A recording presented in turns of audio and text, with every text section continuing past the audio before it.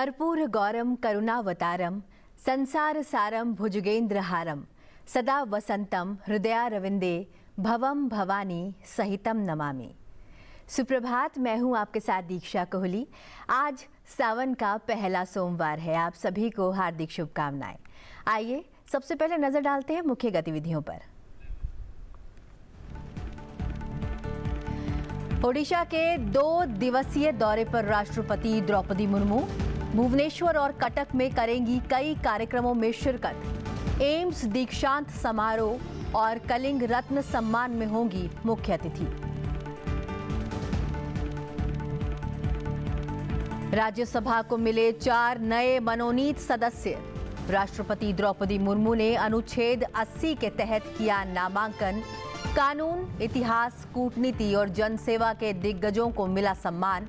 प्रधानमंत्री नरेंद्र मोदी ने दी बधाई, बताया राष्ट्र के लिए गौरव का पल। एक्ट ईस्ट नीति के केंद्र में सिंगापुर, बोले विदेश मंत्री डॉक्टर एस जयशंकर। सिंगापुर के उप प्रधानमंत्री से की मुलाकात, कहा द्विपक्षीय पहलों में हो रही है निरंतर प्रगति। लखनऊ में नई ब्रह्मोस टेस्टिंग फैसिलिटी से आत्मनिर्भरता को मिलेगा बल। रक्षा मंत्री राजनाथ सिंह बोले, ऑपरेशन सिंदूर में ब्रह्मोस ने निभाई अहम भूमिका। कहा कई देशों ने दिखाई ब्रह्मोस में गहरी रुचि।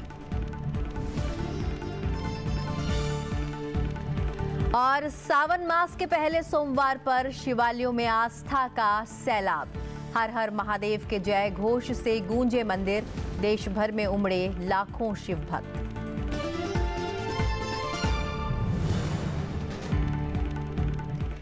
राष्ट्रपति द्रौपदी मुर्मू आज से ओडिशा के 2 दिवसीय दौरे पर रहेंगी।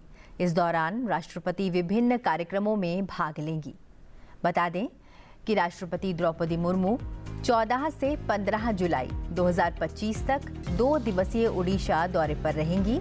इस दौरान वे भुवनेश्वर और कटक में आयोजित कई महत्वपूर्ण कार्यक्रमों में शिरकत करेंगी। अपने दौरे के पहले दिन यानी कि आज 14 जुलाई को राष्ट्रपति द्रौपदी मुर्मू अखिल भारतीय आयुर्विज्ञान संस्थान यानी कि एम्स भुवनेश्वर के 5वें दीक्षांत समारोह की मुख्य अतिथि के तौर पर शामिल होंगी और छात्रों को डिग्रियां प्रदान करेंगी। इस अवसर पर राष्ट्रपति छात्रों को संबोधित भी करेंगी। अपने दौरे के दूसरे दिन यानी कि 15 जुलाई को राष्ट्रपति द्रौपदी मुर्मू कटक में स्थित राविनशाह विश्वविद्यालय के 13वें वार्षिक दीक्षांत समारोह में हिस्सा लेंगी। साथ ही वे राविनशाह गर्ल्स हाई स्कूल की 3 इमारतों के पुनर्विकास कार्य का शिलान्यास भी करेंगी। इसके अलावा राष्ट्रपति आदि कवि सरला दास की जयंती समारोह में भी भाग लेंगी और इस अवसर पर कलिंग रत्न पुरस्कार 2024 प्रदान करेंगी। राष्ट्रपति का यह दौरा ओडिशा के शैक्षिक, सांस्कृतिक और बौद्धिक विकास की दिशा में एक महत्वपूर्ण कदम माना जा रहा है।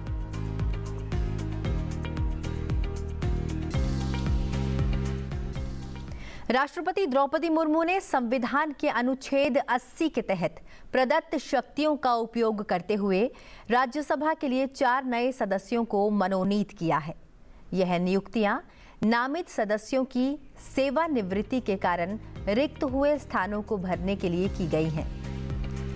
गृह मंत्रालय की ओर से जारी अधिसूचना SO 3196E के अनुसार 12 जुलाई 2025 को इसका ऐलान किया गया। नामित सदस्यों में वरिष्ठ अधिवक्ता उज्ज्वल निकम, इतिहासकार मीनाक्षी जैन, पूर्व विदेश सचिव हर्षवर्धन श्रृंगला और केरल के प्रख्यात सामाजिक कार्यकर्ता C सदानंदन मास्टर शामिल हैं। इन नियुक्तियों का उद्देश्य राज्यसभा में विभिन्न क्षेत्रों के विशेषज्ञों और प्रख्यात व्यक्तियों का प्रतिनिधित्व सुनिश्चित करना है, जैसा कि संविधान में प्रावधान किया गया है।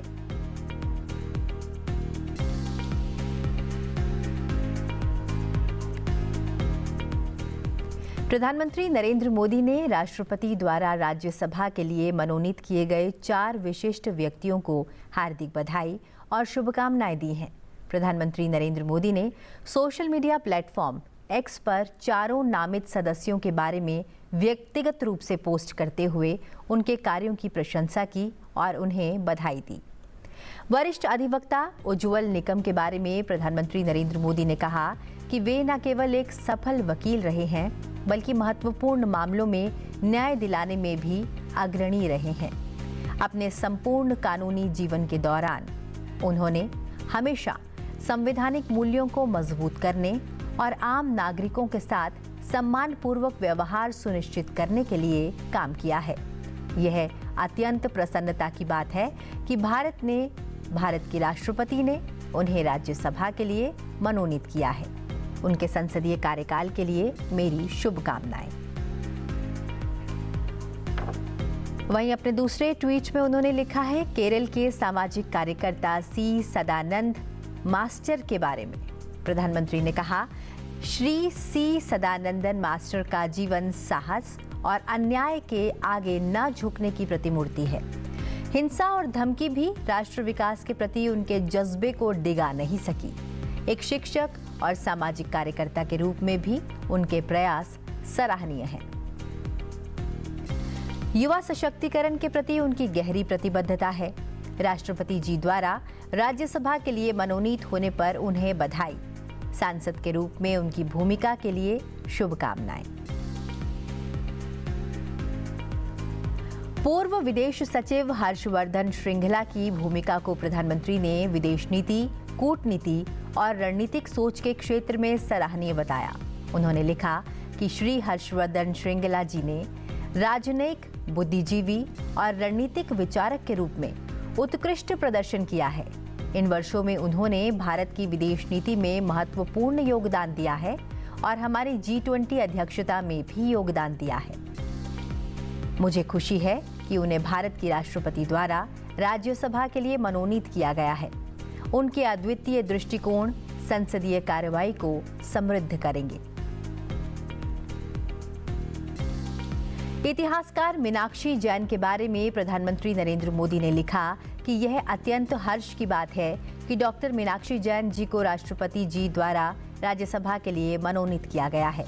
उन्होंने एक विदुषी, शोधकर्ता और इतिहासकार के रूप में अपनी विशिष्ट पहचान बनाई है। शिक्षा, साहित्य, इतिहास और राजनीति विज्ञान के क्षेत्र में उनके कार्यों ने अकादमिक विमर्श को महत्वपूर्ण रूप से समृद्ध किया है। उनके संसदीय कार्यकाल के लिए शुभकामनाएं।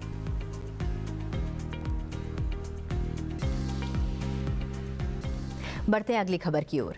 विदेश मंत्री डॉक्टर एस जयशंकर ने रविवार को कहा कि वे सिंगापुर के साथ विभिन्न द्विपक्षीय पहलों में लगातार प्रगति देखकर खुश हैं। उन्होंने सिंगापुर के उप प्रधानमंत्री गैन किम योंग से मुलाकात की। डॉक्टर एस जयशंकर सिंगापुर और चीन की 3 दिवसीय यात्रा पर हैं। डॉक्टर एस जयशंकर ने सोशल मीडिया पोस्ट में कहा कि उप प्रधानमंत्री गैन किम योंग से मिलकर अच्छा लगा। विदेश मंत्री ने कहा कि उन्हें विभिन्न द्विपक्षीय पहलों में लगातार प्रगति देखकर खुशी हुई। डॉक्टर एस जयशंकर ने यह भी कहा कि वह तीसरे भारत सिंगापुर मंत्री स्तरीय गोलमेज सम्मेलन का बेसब्री से इंतजार कर रहे हैं। इससे पहले डॉक्टर एस जयशंकर ने अपने समकक्ष विवियन बालाकृष्णन से मुलाकात की और कहा कि सिंगापुर हमारी एक्ट ईस्ट नीति के केंद्र में है। वहां विचारों का आदान प्रदान करना हमेशा उपयोगी होता है। मीटिंग के बारे में पोस्ट करते हुए बालाकृष्णन ने कहा, जैसे जैसे विश्व बहुध्रुवीयता की ओर अग्रसर हो रहा है, भारत अवसर के इन प्रमुख ध्रुवों में से एक के रूप में तेजी से महत्वपूर्ण भूमिका निभाएगा।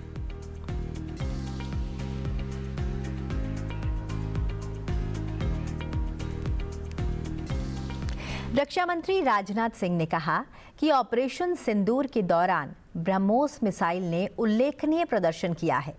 ऑपरेशन सिंदूर के बाद विदेशों में ब्रह्मोस मिसाइल की मांग बढ़ गई है। लखनऊ के नेशनल पीजी कॉलेज में कार्यक्रम के दौरान रक्षा मंत्री राजनाथ सिंह ने कहा कि उत्तर प्रदेश आज कानून, निवेश और उद्योग के नए मानक गढ़ रहा है। ब्रह्मोस जैसी परियोजनाएं न सिर्फ रक्षा क्षेत्र को मजबूती दे रही हैं, बल्कि युवाओं के लिए भी रोजगार ला रही हैं।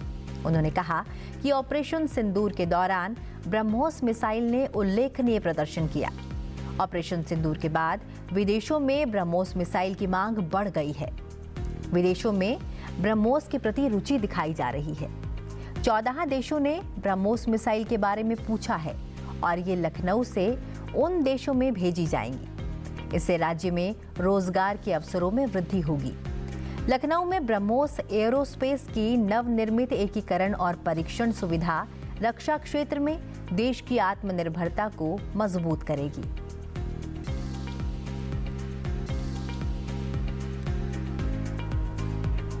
आज उत्तर प्रदेश में कानून का राज है, निवेश बढ़ रहा है, उद्योग धंधे फल फूल रहे हैं, बुनियादी ढांचे में ऐतिहासिक बदलाव हो रहे हैं। Expressway, airport, metro, medical college, ये सब विकास की नई तस्वीर आप सबको देखने को मिल रही होगी। प्रदेश की सुरक्षा व्यवस्था में भी योगदान बड़ा है उत्तर प्रदेश का। मैंने पहले भी कहा है, उत्तर प्रदेश की धरती पर आज मैं समझता हूं कि कम से कम कोई बदमाश सीना तान कर चलने की हिम्मत नहीं कर सकता है। अभी कुछ ही दिनों पहले मैंने लखनऊ में एक ब्रह्मोस एयर स्पेस की इंटीग्रेशन और टेस्टिंग फैसिलिटी का उद्घाटन किया था। आप लोगों ने देखा होगा जो ऑपरेशन सिंदूर हुआ, उस ऑपरेशन सिंदूर में ब्रह्मोस ने करिश्माई काम किया है, ब्रह्मोस मिसाइल ने। और इतना ही नहीं, ब्रह्मोस मिसाइल ने जो करिश्मा दिखाया है, उसके बाद दुनिया के लगभग 14-15 देशों ने भारत से ब्रह्मोस मिसाइल की मांग की है। तो ब्रह्मोस मिसाइल अब लखनऊ से भी एक्सपोर्ट की जाएगी। यह फैसिलिटी रक्षा क्षेत्र में मैं समझता हूं हमारे देश की जो हमारी आत्मनिर्भरता है उसको मजबूती देगी और साथ ही इससे रोजगार का भी सृजन होगा। और मेरा प्रयास यही है कि यहां और इंडस्ट्रीज भी आए ताकि लखनऊ के साथ साथ प्रदेश का भी तेजी से विकास हो। अंतरिक्ष में 18 दिनों तक वैज्ञानिक प्रयोग करने के बाद अब भारतीय अंतरिक्ष यात्री शुभांशु शुक्ला और उनके 3 अन्य साथी वापस आने के लिए तैयार हैं। केंद्रीय विज्ञान एवं प्रौद्योगिकी मंत्री जितेंद्र सिंह ने बताया कि शुभांशु शुक्ला 15 जुलाई को दोपहर 3 बजे भारतीय समयानुसार पृथ्वी पर वापस लौटेंगे। केंद्रीय मंत्री जितेंद्र सिंह ने सोशल मीडिया प्लेटफॉर्म एक्स पर बताया कि अंतरिक्ष यान का ISS से अलग होने की प्रक्रिया यानी कि अनडॉकिंग 14 जुलाई को शाम 4:30 बजे तय की गई, जिसके बाद स्पेसएक्स ड्रैगन अंतरिक्ष यान 15 जुलाई को दोपहर 3 बजे के आसपास प्रशांत महासागर में कैलिफोर्निया तट के पास स्प्लैश डाउन करेगा। उन्होंने यह भी बताया कि समय में लगभग 1 घंटे का लचीलापन रखा गया है और किसी बदलाव की स्थिति में जानकारी समय रहते साझा की जाएगी। कल शाम शुभांशु शुक्ला को ISS में फेयरवेल दे दिया गया। उन्होंने भारत के पहले अंतरिक्ष यात्री राकेश शर्मा के 1984 में दिए आइकॉनिक डायलॉग को दोहराते हुए कहा, भारत आज भी सारे जहां से अच्छा है। Have much far-reaching implications beyond science, and that is what I believe that this mission would also do in all of our respective countries as well. Going back from here, I carry with me a lot of memories and the learnings out of this mission that I would try and spread back. But the one thing that really sticks to me is what humanity is capable of when all of us come together from different parts of the world and work for a common goal or a common objective. It is truly incredible. आज का Bharat space से महत्वाकांक्षी दिखता है। आज का भारत निडर दिखता है। आज का भारत कॉन्फिडेंट दिखता है। आज का भारत गर्व से पूर्ण दिखता है। और इन्हीं सब कारणों की वजह से मैं एक बार फिर से कह सकता हूँ कि आज का भारत अभी भी सारे जहां से अच्छा दिखता है। निश्चित रूप से आज का भारत अभी भी सारे जहां से अच्छा दिखता है। बढ़ते हैं अगली खबर की ओर। आज सावन माह का पहला सोमवार है, जो भगवान शिव की आराधना के लिए अत्यंत शुभ माना जाता है। आज सुबह से ही मंदिरों में भक्तों की भारी भीड़ उमड़ रही है। हर हर महादेव के उद्घोष से मंदिर गूंज उठे हैं। आज के दिन शिवलिंग का अभिषेक विशेष महत्व रखता है। धार्मिक मान्यताओं के अनुसार अभिषेक से भक्तों को सुख, शांति, समृद्धि और मनोकामनाओं की पूर्ति का आशीर्वाद प्राप्त होता है। सावन में शिव की आराधना से सभी दोषों का क्षय होता है। हालांकि पूरे दिन शिव पूजन किया जा सकता है, लेकिन विशेष फल की प्राप्ति के लिए शुभ मुहूर्तों में जलाभिषेक करना उत्तम माना गया है। अभिजीत मुहूर्त दोपहर 11:59 से 12:55 तक रहेगा। इसके साथ ही प्रदोष काल भी जलाभिषेक के लिए शुभ माना जाता है।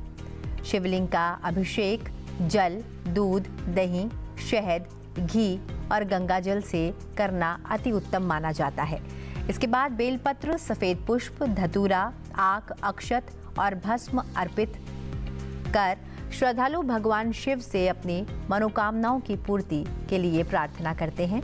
फिर भगवान शिव को सफेद मिठाई का भोग भी लगाया जाता है और आज पूरा दिन उनके भक्त उनका नाम स्मरण करते हैं।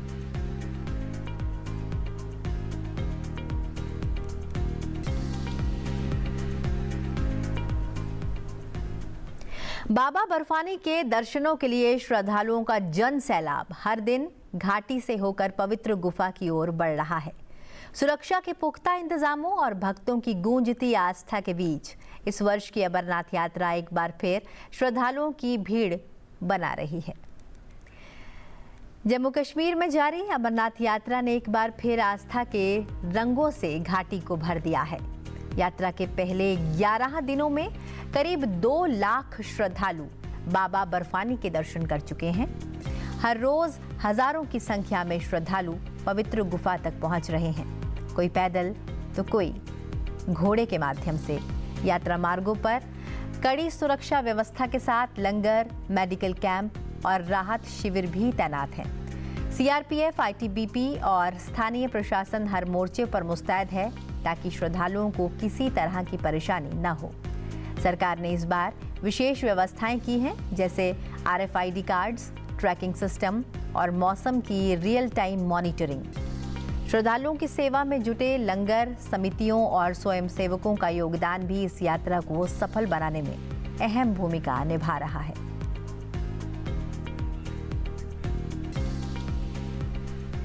उपराष्ट्रपति जगदीप धनखड़ ने CII ITC सस्टेनेबिलिटी अवार्ड्स के 19वें संस्करण की अध्यक्षता की थी। चलते चलते आपको छोड़ जाते हैं इस कार्यक्रम की कुछ झलकियों के साथ। फिलहाल मुझे दीजिए इजाजत और आप बने रहिए सनसेट टीवी के साथ। नमस्कार।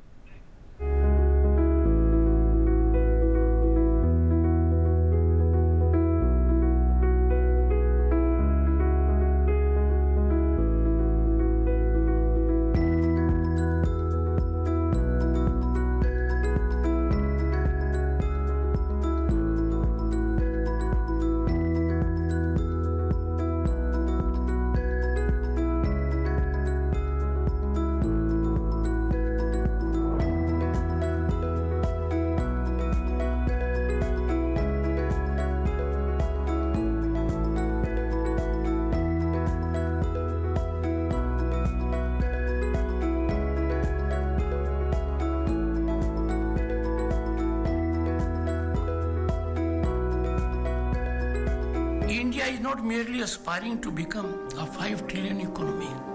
Size of economy matters, but only to an extent.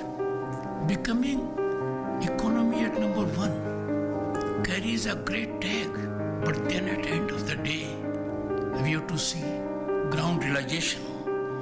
And therefore, India is on the right path of becoming a trusted economy, a reliable partner in the global value chain, a stable anchor in a volatile world. The world at the moment is in turmoil and turbulence. Global configurations show no signs of abating. Supply chains disruption is taking place. In this disturbed scenario, Bharat is a prominent voice that these issues have to be determined by dialogue and diplomacy. These words of Prime Minister Narendra Modi define what we have stood for millennia. Industry must take lead in research and development, invest in indigenous design. I would reflect for a moment on this. This is an area where there needs to be more attention, greater convergence of corporate world. By and large, what I noticed, and I have said so on multiple platforms, research can't be for the self. Research cannot be just assimilation or surface scratching. Research has to correlate to making change on the ground, and that industry can easily identify. And let us therefore build global products with Indian innovation. We can do it. We have talent. We are homogeneous. Our DNA is very strong. Let us move from being users of imported technology to being creators of cutting-edge solutions.